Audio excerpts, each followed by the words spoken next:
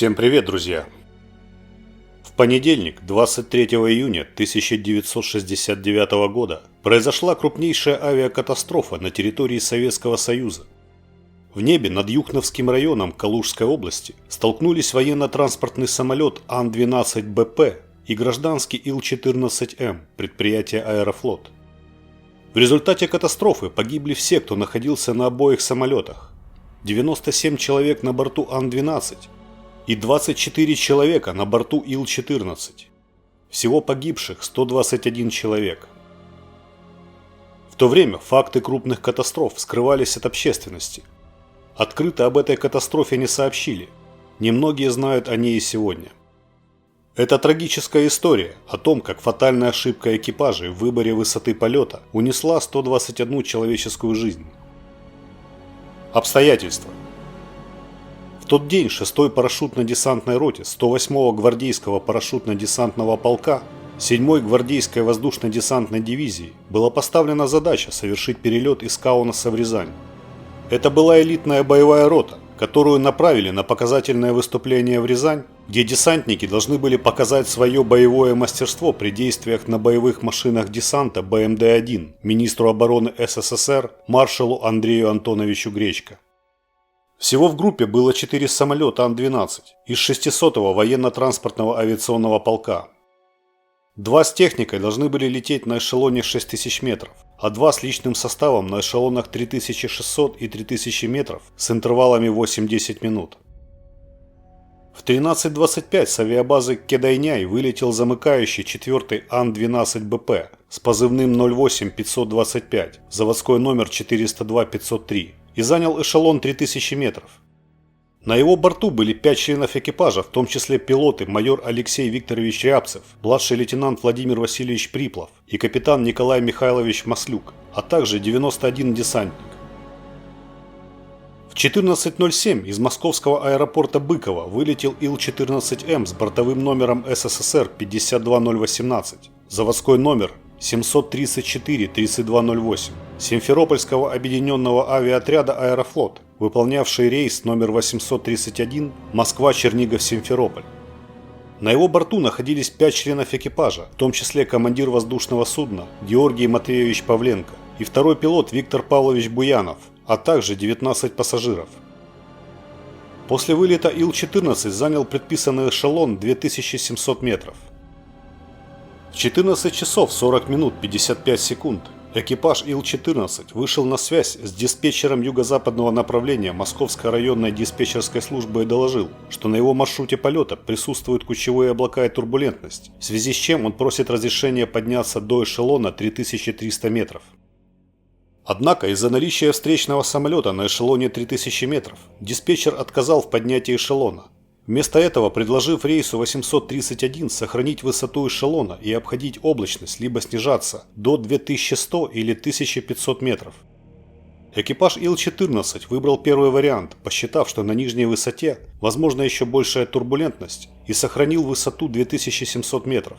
Стал обходить облачность с выходом на трассу в 30 километрах южнее Юхнова, летя в том же направлении. В 14 часов 50 минут 17 секунд Ан-12 пролетел опорный пункт Юхнов, после чего диспетчер западного направления РДС передал управление диспетчеру юго-западного направления. В 14 часов 51 минуту 03 секунды экипаж Ан-12, перейдя на частоту данного направления, доложил диспетчерской службе о пролете Юхнова выше облаков в эшелоне 3000 метров, после чего получил подтверждение следовать на этой же высоте в направлении Тула-Венев. В 14:52 в 28 километрах юго-восточнее Юхнова Ан-12, следовавший с курсом 110 градусов и скоростью 515 км в час, под относительным углом в 55 градусов, врезался в Ил-14, следовавший курсом 240 градусов и скоростью 340 км в час. Самолеты вначале столкнулись с правыми крыльями, Ан затем врезался в хвостовое оперение Ила. От удара у военного самолета оторвало правое крыло вместе с двигателями, после чего он перешел в штопор и понесся к земле. У пассажирского самолета оторвало правое крыло и нижнюю часть фюзеляжа, после чего он также перешел в пике. После столкновения события развивались стремительно, и поврежденным самолетам жить оставалось буквально секунды. Поскольку ни с Ил-14, ни с Ан-12 не было принято никаких сообщений или сигналов бедствия, специалисты также предположили, что все события развернулись в считанные секунды. У пилотов не было возможности для маневра. Обломки Ан-12 упали в поле у деревни Выползово, а Ил-14 у деревни Троица. Расстояние между упавшими самолетами составило 3800 метров. В катастрофе погибли все 96 человек на борту Ан-12 и 24 человека на борту Ил-14, то есть всего 120 человек. Таковы были сведения из официальных источников. Но в тот день погибших на самом деле было 121 человек, так как старший лейтенант Филиппов взял с собой 4-летнего сына. Причем на стартовом командном пункте ребенка не пропускали дважды. Тогда Борис Филиппов укрыл сына офицерской плащ-накидкой и таким образом пронес его в самолет. Офицер вез сына в Рязань к матери жены. Свидетельство очевидцев. По воспоминаниям одного из местных жителей. Об этой трагедии я много слышал от очевидцев, ибо все детство провел в деревне у бабушки в Калужской области Дзержинского района. Она сама видела это зарево и взрыв. Звук столкновения самолетов был отчетливо слышен даже в Калуге, расположенной в 50 километров от места трагедии. Про пожар и оцепление слышал от капитана Ставарковской зоны. Их кинули в оцепление вместе с Юхновским РОВД. 10 суток в лесу они стояли во втором кольце. В первые часы и сутки трагедии на месте падения и вообще в округе на деревьях висели останки погибших, ноги, руки и тела. Четкие воспоминания о первых моментах катастрофы сохранились у генерал-лейтенанта в отставке Петра Чаплыгина. Я был тогда заместителем командующего ВДВ по боевой подготовке и в тот день находился в Туле, где мы вместе с генерал-лейтенантом Сорокиным занимались подготовкой очередных сборов. И в 16 часов мне поступил условный сигнал, которым мы пользуемся при несчастных случаях, связанных с гибелью людей. Этот сигнал означал, что произошла катастрофа. Мне было приказано выехать в район города Юхново и, сориентировавшись на месте, установить в подробностях, где и что произошло. Мною была поднята по тревоге разведрота, которую мы разместили на 5 автомобилях ГАЗ-66. В головной машине рядом с водителем сидел я сам. Все сборы заняли буквально 10-12 минут.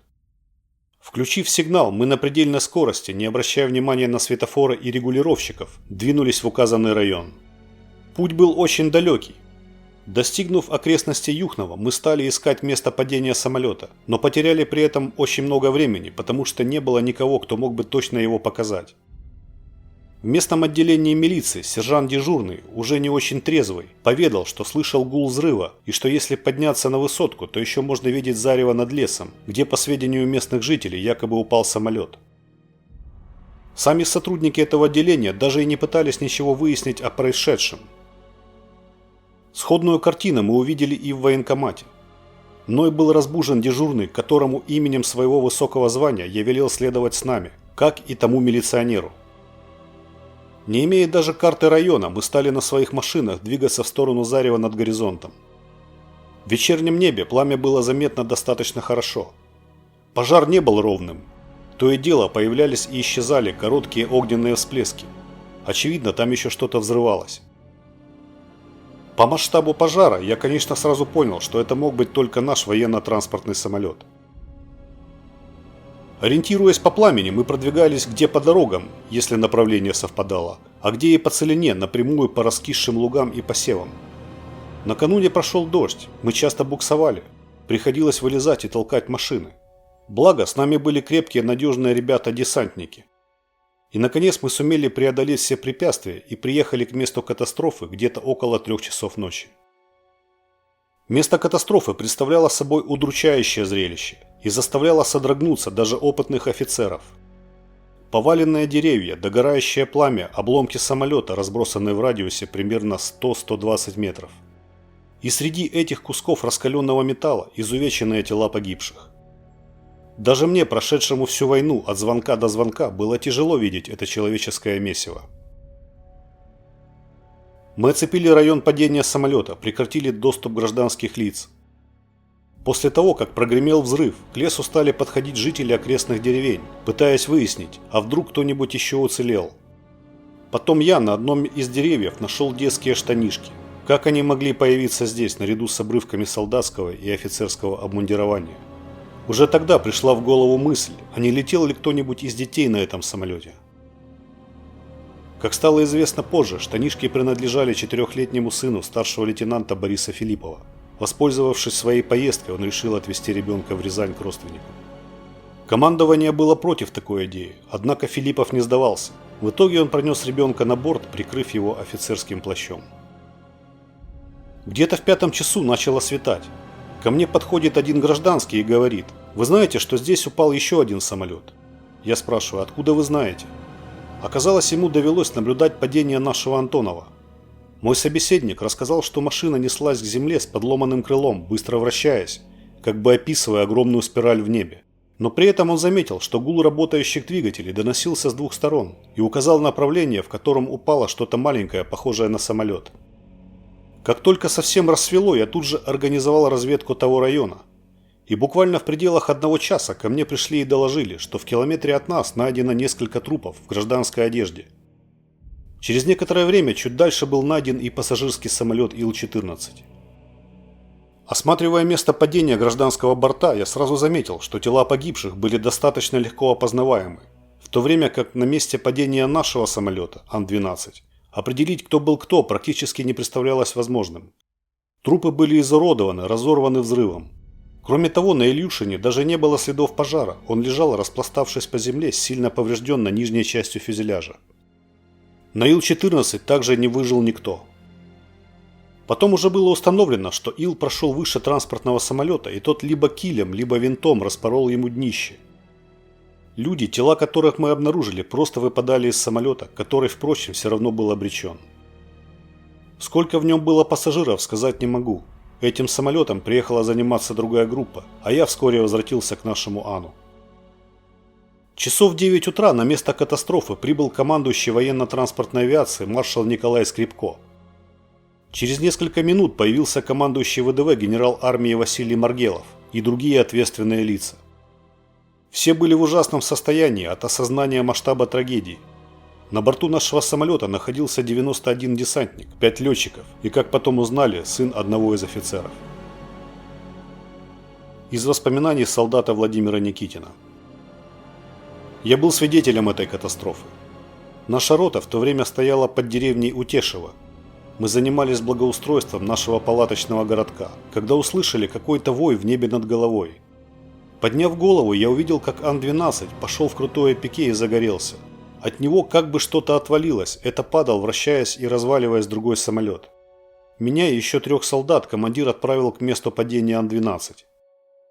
Мы пробежали по лесу и по заболоченному месту порядка 12-15 километров. Когда прибежали на место падения, там уже были жители, прилегающие к месту падения деревни. Мы еле-еле успевали отгонять местных жителей от обломков самолета. Страшное, скажу я вам, было зрелище взирать на эту груду обломков. Где-то уже ближе к вечеру пришли 4 ЗИЛ-131В с солдатами нашей роты. Ночь провели мы там, разбив палатку неподалеку от крушения самолета. Утром следующего дня прилетело порядка 1,5 десятка вертолетов. Прилетело все начальство во главе с командующим ВТА ВВС и командующим ВДВ. Также прибыли и солдаты с той части, откуда были разбившиеся десантники. На следующий день, в нескольких километров от столкновения, нашли еще один двигатель от самолета. Где-то на 3-й день после тщательной уборки и баранования территории катастрофы, сбора останков, стали прибывать вертолеты с родственниками погибших. Причина.